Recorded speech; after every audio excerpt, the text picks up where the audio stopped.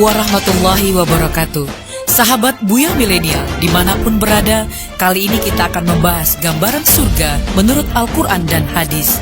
Surga merupakan bukti yang paling besar bahwa Allah sangat menyayangi hamba-hambanya yang selalu taat dan tunduk kepadanya. Karena hanya hamba yang taat saja yang akan memperoleh kenikmatan surga tersebut.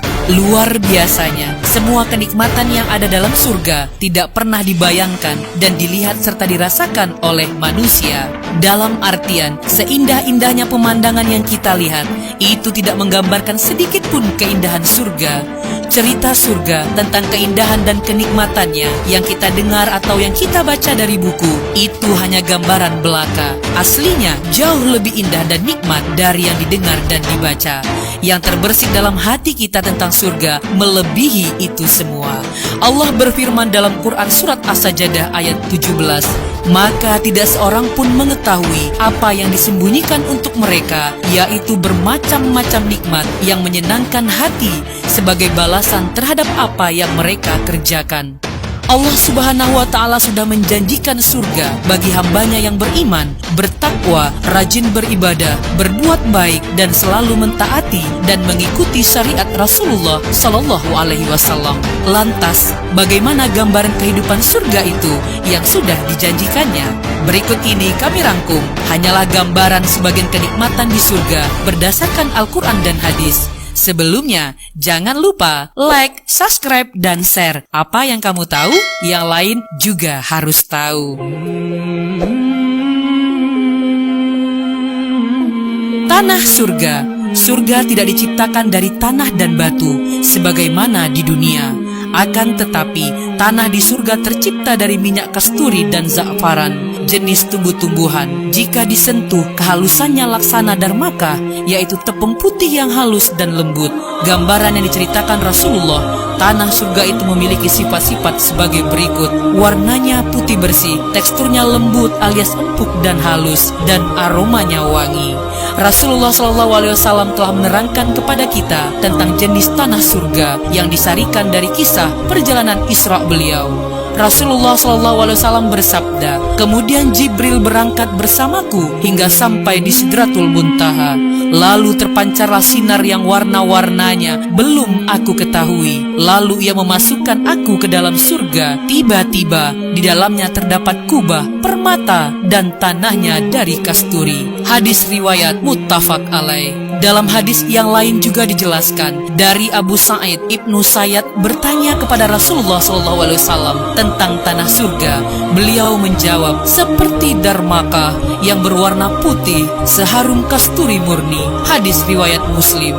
Arti darmaka adalah ad-daqi al-huwara, yakni tepung yang berwarna putih. Jika darmaka dari sisi warna sudah berwarna putih, lalu Nabi masih mensifatinya dengan bayda atau putih, maka hal itu menunjukkan bahwa warna putih pada surga itu diberi takkid, yaitu impresi tekanan makna yang berlipat.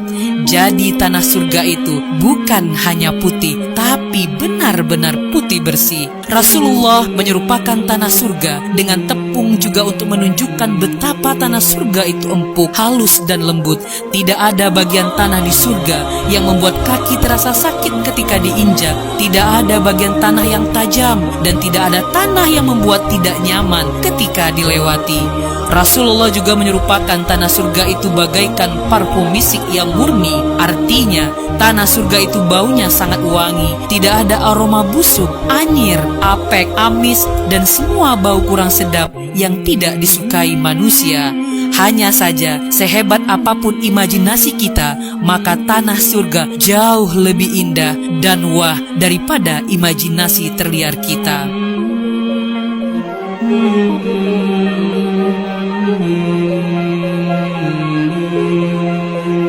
Pasar surga bagi penghuni surga. Sebagaimana dikutip dari fatwa Al-Lajnah Ad-Daimah, pasar di surga adalah tempat bertemunya kaum muslimin satu sama lain supaya bertambah kenikmatan, merasakan kelezatan saling berbincang-bincang dan saling mengenang apa yang terjadi di dunia dan membicarakan apa yang mereka dapatkan di akhirat. Mereka bertemu setiap Jumat sebagaimana pada hadis dari Anas bin Malik radhiyallahu anhu. Rasulullah SAW berkata, sungguh di surga Ada pasar yang didatangi penghuni surga setiap Jumat. Bertiuplah angin dari utara mengenai wajah dan pakaian mereka, hingga mereka semakin indah dan tampan. Mereka pulang ke istri-istri mereka dalam keadaan telah bertambah indah dan tampan.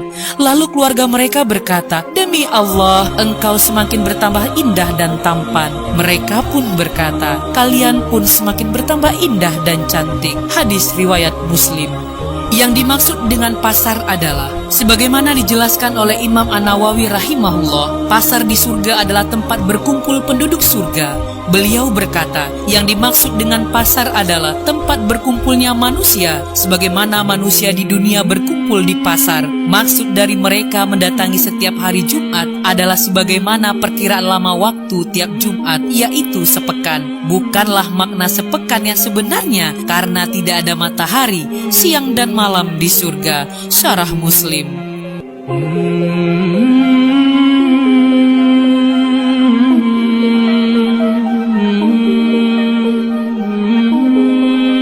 Istana surga.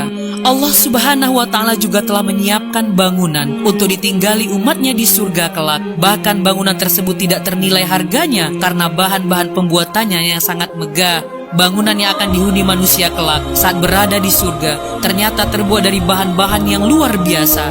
Jika di dunia bahan untuk bangunan hanya terdiri dari tanah, bata, semen dan lain sebagainya, namun di dalam surga bangunan-bangunannya terbuat dari emas, perak, mutiara, misik, yakut dan za'rafan. Abu Hurairah radhiallahu anhu meriwayatkan, Rasulullah SAW bersabda, bangunan di dalam surga itu batanya terbuat dari emas dan perak, semennya terbuat dari misik yang harum, kerikilnya terbuat dari mutiara dan yakut, pasirnya dari za'faran. Barang siapa yang masuk ke dalam surga, ia akan merasakan kenikmatan yang tiada putusnya, kekal dan tidak akan mati. Pakaiannya tidak pernah usang dan masa muda yang tidak pernah tua. Al-Jami'u As-Saghir.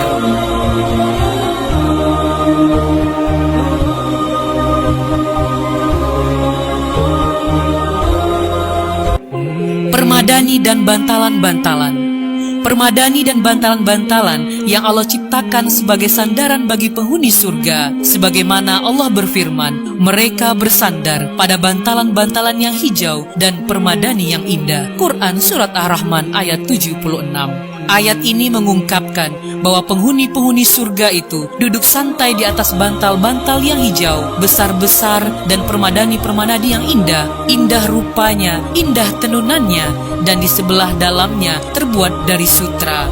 Sebagaimana dikutip dari tafsir Syekh Muhammad bin Shalih As-Sawi. Mereka bertelekan pada bantal-bantal yang hijau. Maksudnya, mereka pada penghuni dua surga itu bertelekan di atas bantal-bantal yang berwarna hijau, yaitu bantal sebagai alas yang berada di bawah tempat duduk yang tinggi, yang menambah ketinggian tempat duduk mereka, sehingga terlihat bertumpuk rapi dari arah belakang tempat duduk mereka. Karena bertambahnya keelokan dan keindahan pemandangan, dan permadani sangat indah. Al-Abqariyu adalah penisbatan segala sesuatu yang ditenun dengan tenunan indah dan mewah. Oleh karena itu, Allah menyifatinya dengan keindahan yang menyeluruh, disebabkan karena ia memiliki sifat yang indah, elok dipandang dan halus disentuh.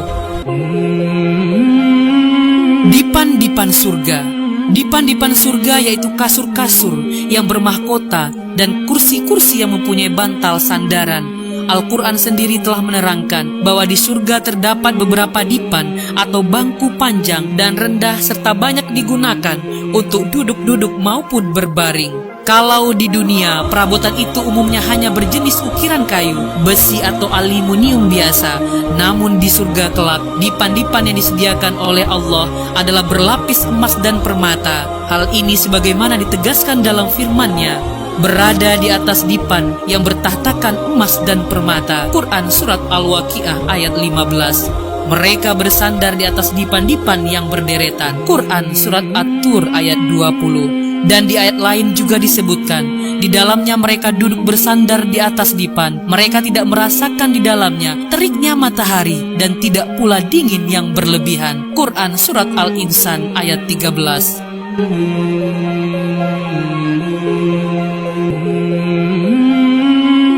Perhiasan dan pakaian penghuni surga. tidak diragukan lagi bahwa pakaian dan perhiasan adalah salah satu unsur keindahan, gengsi dan kenikmatan. Itulah sebabnya manusia di dunia sangat memiliki kecenderungan terhadap sisi ini. Bahkan mereka sangat mementingkan masalah mode berbusana, termasuk dalam jenis dan macamnya. Terlebih lagi di kalangan perempuan, mereka saling berkompetisi dalam hal berbusana dengan kadar jauh di atas laki-laki. Allah menguji hamba-hambanya dari kalangan orang-orang beriman laki-laki. Mereka tidak diperkenankan menggunakan sutra dan emas, namun dihalalkan untuk perempuan. Sedangkan penggunaan wadah atau becana yang terbuat dari emas dan perak dilarang bagi laki-laki dan perempuan. Semua itu akan diberikan pada saat di akhirat. Pencegahan tersebut semata-mata demi ketaatan mereka kepada Allah Subhanahu wa Ta'ala. Tentang pakaian dan perhiasan ahli surga, Allah Subhanahu wa Ta'ala berfirman, sesungguhnya mereka yang beriman dan beramal soleh, tentulah kami tidak akan menyia-nyiakan pahala orang-orang yang mengerjakan amalannya dengan yang baik. Mereka itulah orang-orang yang bagi mereka surga Aden, mengalir sungai-sungai di bawahnya.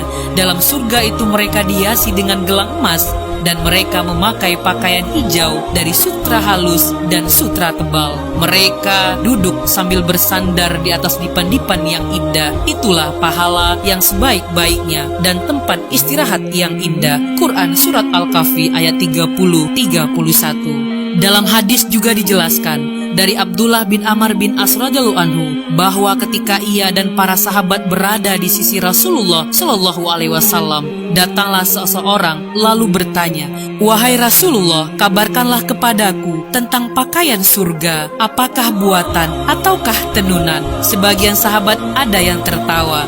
Lalu Rasulullah Shallallahu alaihi wasallam bersabda, "Mengapa kalian tertawa? Kalau ia tidak tahu, ia akan bertanya kepada orang yang tahu."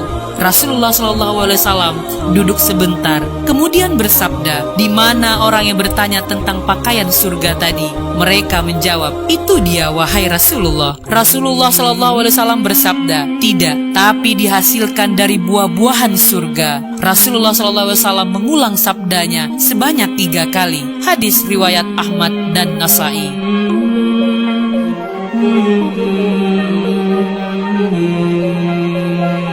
Makanan dan minuman surga. Dalam Al-Quran telah dijelaskan bahwa ketika di surga nanti akan mendapatkan berbagai macam kenikmatan yang tidak kita dapatkan di dunia. Salah satu kenikmatan itu adalah makanan dan minuman-minuman yang sangat lezat dan menyegarkan, dan buah-buahan dari apa yang telah mereka pilih, dan daging burung dari apa yang mereka inginkan. Quran Surat Al-Waqiah ayat 20-21. Sesungguhnya orang-orang yang berbuat kebajikan minum dari gelas berisi minuman yang campurannya adalah air kafur. Quran Surat Al-Insan ayat 5. Sesungguhnya di surga ada samudra air, samudra madu, samudra susu, dan samudra arak. Kemudian di sungai-sungai bercabang-cabang darinya. Hadis riwayat Tirmizi. Inilah di antara keajaiban tanda-tanda kebesaran Allah Subhanahu wa Ta'ala. Di surga, Dia alirkan sungai-sungai dari berbagai jenis minuman yang telah dikenal manusia bahwa jumlahnya sangat terbatas di dunia. Ini menunjukkan bahwa minuman yang ada di surga sangat berbeda dengan ada yang di dunia. Bahkan minuman yang ada di dunia dan dijumpai di surga hanyalah sebagai pemisalan yang sedikit. Sampai-sampai Ibnu Abbas radhiyallahu anhu mengatakan, tidaklah minuman yang ada di dunia lantas ditemukan di surga kecuali sebatas nama, yaitu bahwa minuman yang ada di surga benar-benar berbeda yang ada di dunia. Meskipun yang ada di dunia tersebut mirip dari beberapa sisi dan sama dalam hal nama, tetapi keduanya memiliki perbedaan yang sangat banyak. Demikian pula nikmat surga yang lain berupa buah-buahan. Buah-buahan surga sangatlah berbeda dengan buah-buahan di dunia.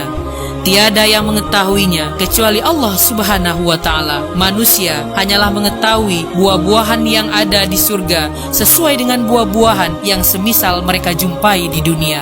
Adapun kenikmatan yang tidak dijumpai kemiripannya di dunia, maka Allah menyembunyikannya dari manusia. Tidak ada seseorang pun yang mengetahuinya kecuali Allah Subhanahu wa Ta'ala.